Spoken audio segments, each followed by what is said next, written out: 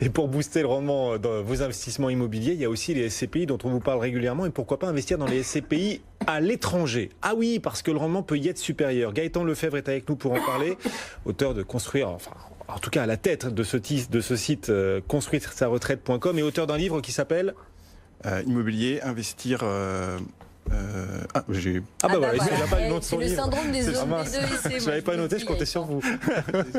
Ça va nous revenir. Les SCPI donc, comment y investir et pourquoi pas à l'étranger? Vous allez nous dire pourquoi ça peut être même plus intéressant à l'étranger que dans les SCPI purement investis en France. D'abord, c'est quoi une SCPI? On peut peut-être le rappeler. Oui, on peut le rappeler brièvement. En fait, au lieu d'investir dans un bien classique, c'est-à-dire investir une grosse somme, 150 ou 200 kilos euros, en fait, on va investir une somme que l'on choisit, donc 30 kilos euros, 50 kilos euros, dans des parts d'une société qui, elle, pour le coup, investit dans de l'immobilier des centaines, des milliers, voire des millions d'euros. Et donc on va se retrouver finalement avec des parts et on va toucher un loyer qui est lié en fait au nombre de parts que l'on détient dans la société. En revanche, la société s'occupe de tout. C'est-à-dire que c'est elle qui va investir dans les biens, c'est elle qui va s'occuper de trouver des locataires, qui va s'occuper de la gestion, qui va s'occuper éventuellement des travaux. Bref, c'est une sorte de produit un peu clé en main.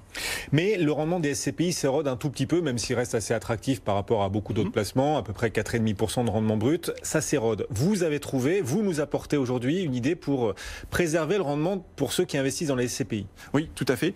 Donc la solution, c'est de jouer sur deux leviers. En fait, donc le premier levier, c'est le prix en fait au mètre carré. Donc on voit bien qu'en France, on en a discuté juste avant, les prix de l'immobilier deviennent très importants. Il y a des zones même où finalement ça devient très compliqué et le rendement s'érode. Et donc les sociétés de gestion vont chercher à investir une partie de leur actif à l'étranger pour se diversifier, pour également avoir un meilleur rendement. Et donc ça, c'est le premier levier, c'est le levier du prix au mètre carré. Le second levier, c'est le levier fiscal. Donc là, c'est pas très compliqué d'avoir une fiscalité, je dirais, un peu moins confiscatoire qu'en France. Là, pour le coup, si on prend l'exemple d'un particulier qui investit dans un bien immobilier à l'étranger, il va donc toucher des revenus locatifs. Ces revenus locatifs vont être imposés selon l'existence ou non d'une convention fiscale entre la France et le pays dans lequel il investit son immobilier. Avec une bonne chance donc de bénéficier d'une fiscalité plus attractive que la seule fiscalité française. Exactement. Et donc c'est l'association de ce prix au mètre carré et de la fiscalité qui peut être intéressant de faire dans le cadre d'un investissement patrimonial via des SCPI. Pour générer un rendement un peu supérieur. Si c'est si intéressant que ça d'investir dans l'immobilier à l'étranger parce que le prix au mètre carré est inférieur à celui qu'on trouve en France, parce que fiscalement aussi on est moins imposé, si c'est si intéressant que ça, pourquoi passer par une SCPI? On peut le faire en direct, ça rapportera encore plus. C'est une très bonne question. Sauf que si on veut investir soi-même, c'est vrai, il va falloir se payer un certain nombre d'allers-retours vers le pays vers lequel on souhaite investir. Ça veut dire qu'il va falloir se dégager du temps. Il va falloir chercher l'appartement ou le bien dans lequel on veut investir. Il va falloir aussi s'informer, voire maîtriser les particularités juridiques du pays en question, sa fiscalité également. Bref, il va falloir énormément de temps. Et en fait, c'est ce qu'apporte la SCPI, c'est la possibilité justement de se décharger, entre guillemets, de toutes ces contraintes et d'acheter, ce que je disais au début, une sorte de produit clé en main. Vous percevez un rendement sans faire beaucoup d'efforts, puisque c'est la société qui fait les efforts à votre place. On imagine que du coup, quand même, il y a des frais assez élevés. Est-ce que ça coûte plus cher d'investir dans une SCPI à l'étranger que dans une SCPI purement investie en France?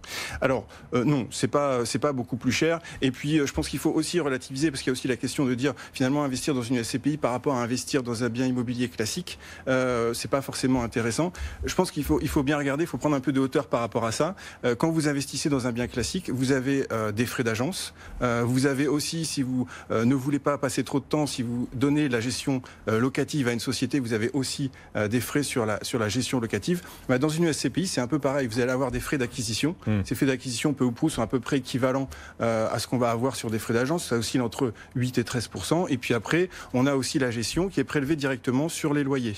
Donc, globalement, c'est assez proche. Et puis après, charge à chacun aussi de se renseigner et de regarder dans les différentes SCPI, il y a les notes explicatives, quels sont justement les différents frais qui sont liés aux SCPI. Alors quel pays est-ce qu'il faut privilégier pour obtenir le meilleur rendement possible? Et d'ailleurs, quel est le potentiel d'amélioration du rendement si on choisit d'investir à l'étranger? Alors, là, ça va dépendre de chacun, de son profil un petit peu d'investisseur, et puis de ce que proposent les SCPI. Vous avez des SCPI en fait qui vont investir dans un seul pays à l'étranger. Par exemple, il y a une SCPI qui investit uniquement en Allemagne parce que en fait ses gérants pensent que c'est un pays qui est relativement stable en termes d'immobilier, c'est-à-dire qui possède un immobilier qui résistera justement aux périodes difficiles. On va peut-être le voir avec ce que connaît l'Allemagne actuellement, peut-être le voir si ça s'illustre ou pas. On a d'autres SCPI qui vont plutôt se diversifier et investir dans différents pays européens, mais relativement stables. Et puis il y a aussi des SCPI qui vont chercher à investir toujours en Europe, mais sur des pays peut-être un peu plus risqués. Alors évidemment, il y aura une rentabilité plus intéressante, mais possiblement aussi des déconvenus. Et puis, il y a aussi des SCPI qui investissent hors de l'Europe. Et là, dans ce cas-là, il faut tenir compte d'un autre élément, c'est le taux de change, qui peut aussi gréver le rendement. Voilà les clés pour investir dans les SCPI, pourquoi pas à l'étranger et essayer d'obtenir un rendement un peu supérieur à ce qu'offrent en moyenne les SCPI purement investis sur le marché français. Gaëtan Lefebvre, donc à la tête avec Alexandre Brunet de ce site construire-sa-retraite.com et auteur, on a retrouvé le nom de votre livre quand même, auteur d'Investir malin pour préparer l'avenir. Voilà, c'est aux éditions Vuibert, vous pouvez retrouver ce livre chez les meilleurs libraires. Merci beaucoup d'être venu nous voir Gaëtan Lefebvre.